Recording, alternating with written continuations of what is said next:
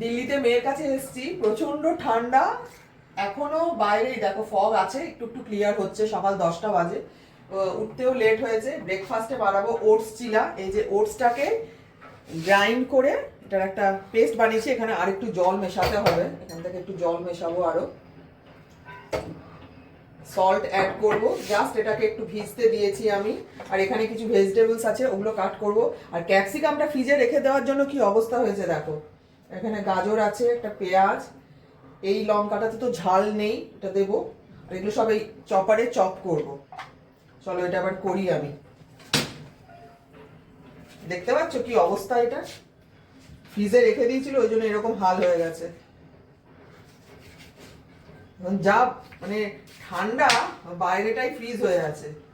মেয়েকে বললাম যে তুই আর এখন ফ্রিজে কিছু ভেজিটেবলস রাখিস না, ওগুলো কিরকম বাজে টাইপের হয়ে যাচ্ছে। মেয়েদের যে হাউস হেল্পার, সেই মেয়েটি সকালবেলায় 6:30 7টার সময় কাজ করতে আসছে। মানে আমাদের উঠে দরজা খুলতে কষ্ট হচ্ছে। তো এখানে যারা থাকে তারা এই ওয়েদারটার সাথে হ্যাবিচুয়েটেড হয়ে গেছে, আমাদেরই একটু কষ্ট বেশি হচ্ছে। ক্যাপসিকামটা নরম হয়ে গেছে বলে এটা চপ করা যাচ্ছে না, একটু লবণ অ্যাড করতে হবে।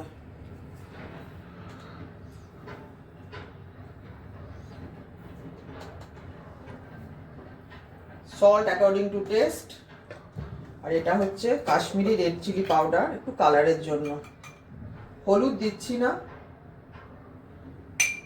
এবার ধনে পাতা দেবো একটু, ধনে পাতাটা চপ করে নিই। ফ্রিজে সবজিগুলোর অবস্থা খারাপ হয়ে যাচ্ছে, জায়গাটা একটু ছোট হয়ে গেল। এবার এটাকে ভালো করে মিশিয়ে নেব। বোলটা ছোট, একটা বড় বোলে শিফট করে নিলাম, নাহলে মিক্স করতে অসুবিধা হচ্ছে।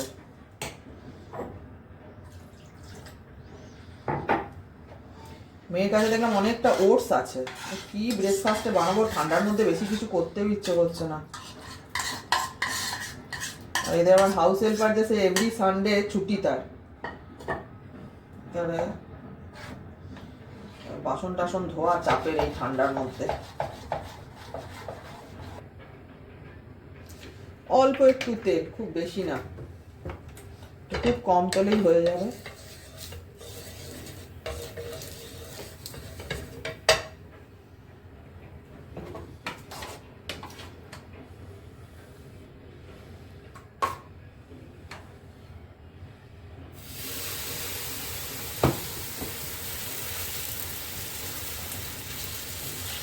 দুটো পিঠ ভালো করে সেঁকে নিতে হবে, খুব কম তেলে এটা হয়ে যায়। বাটার বা ঘিতেও করতে পারো, আমি রিফাইন্ড অয়েলেই করলাম, খুব তাড়াতাড়ি হয়ে যায়।